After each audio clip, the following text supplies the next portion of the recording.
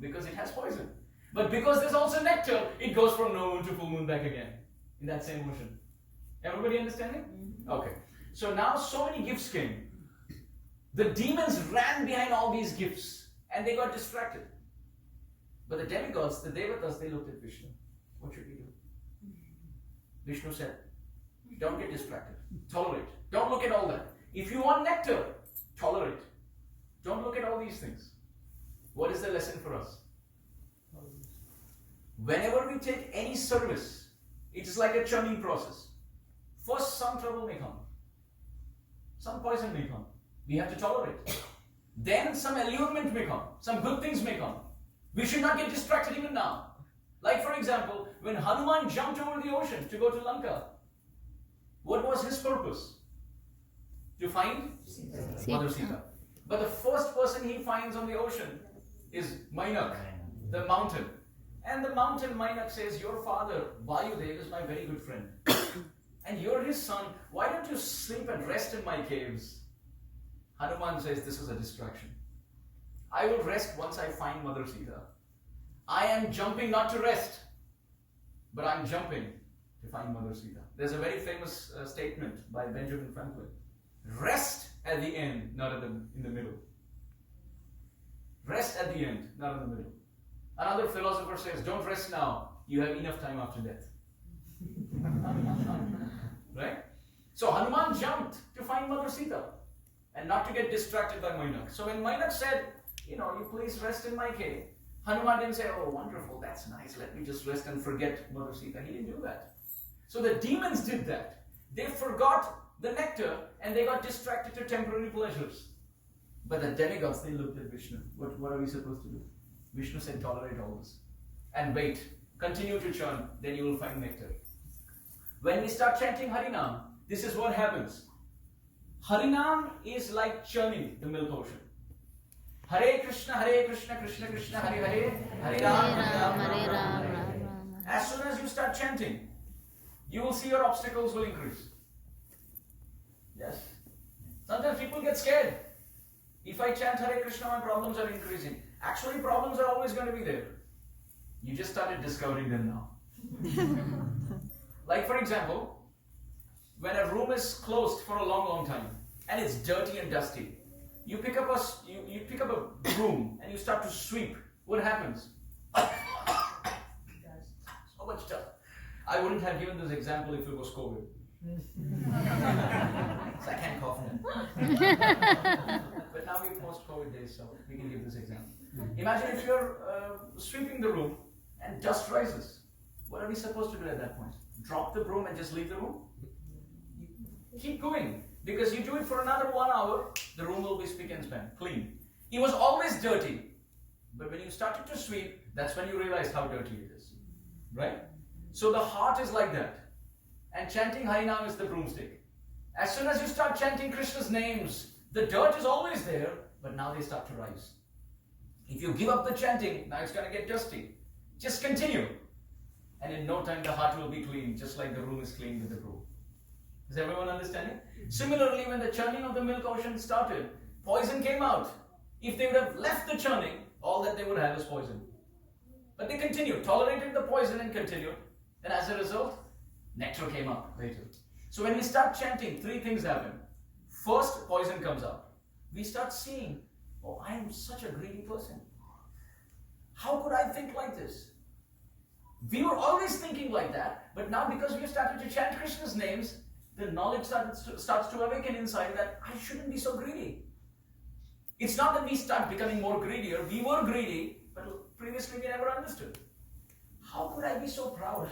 How am I glorifying myself like this?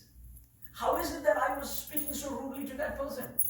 Well, we were always doing that and never feeling any remorse. But now when we start to chant, we start to understand the poison is rising, which means these anarthas are there inside me. Don't worry about it.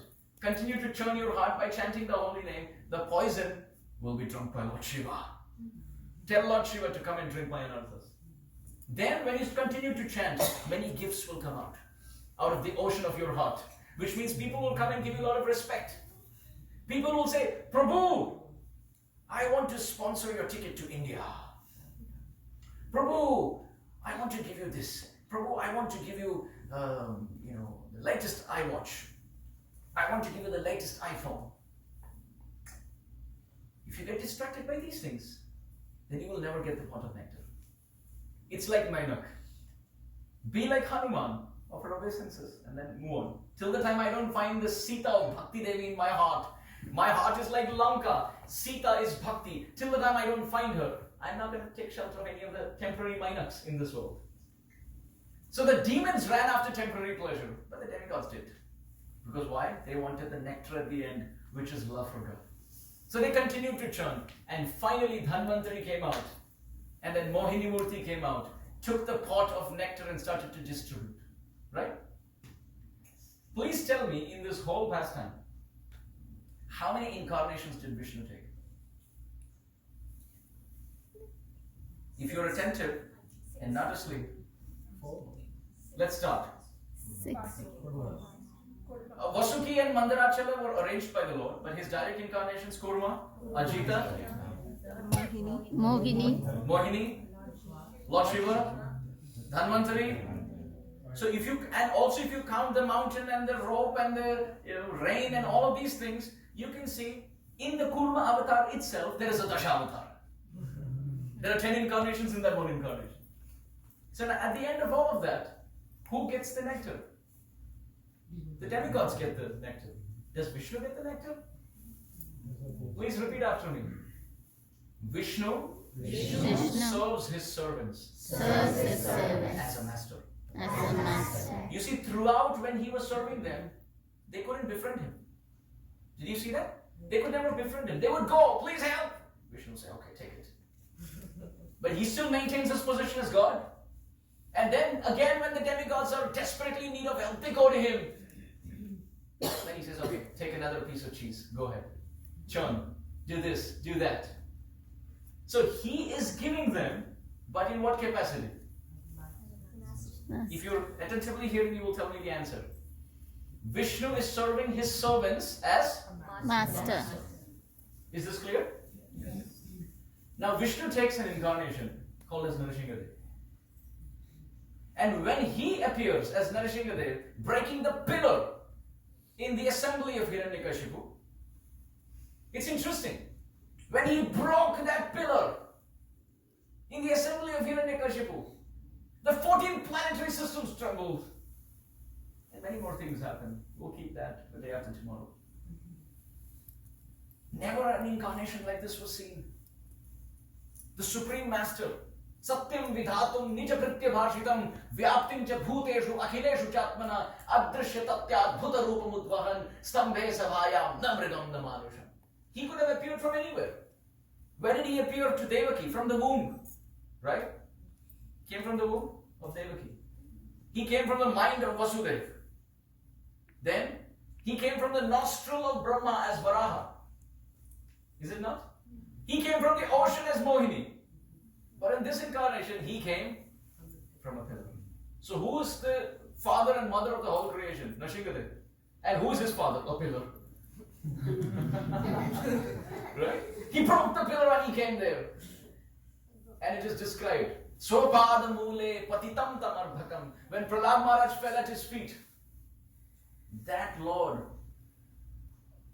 who had his gaping mouth open, with blood dripping through his canine teeth, after killing and ripping Hiranyakashipu to pieces, he couldn't be pacified by anyone. Lord Shiva looked at him from behind the pillar. That same pillar,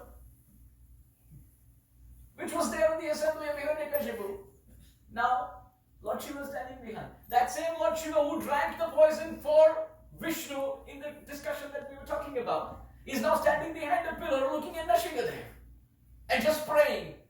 We just hope there's only one pillar which is going to crack and not this one. You see, sometimes terrorists, when they get into bomb blasts, there's multiple bomb blasts. You don't know where it's going to burst next. But that's a perverted reflection of this world. But the actual bomb blast, the blast of joy, was in the assembly of Hiranyakashipu. One pillar broke and Lord Shiva was standing behind and said, "My Lord, what are you doing?"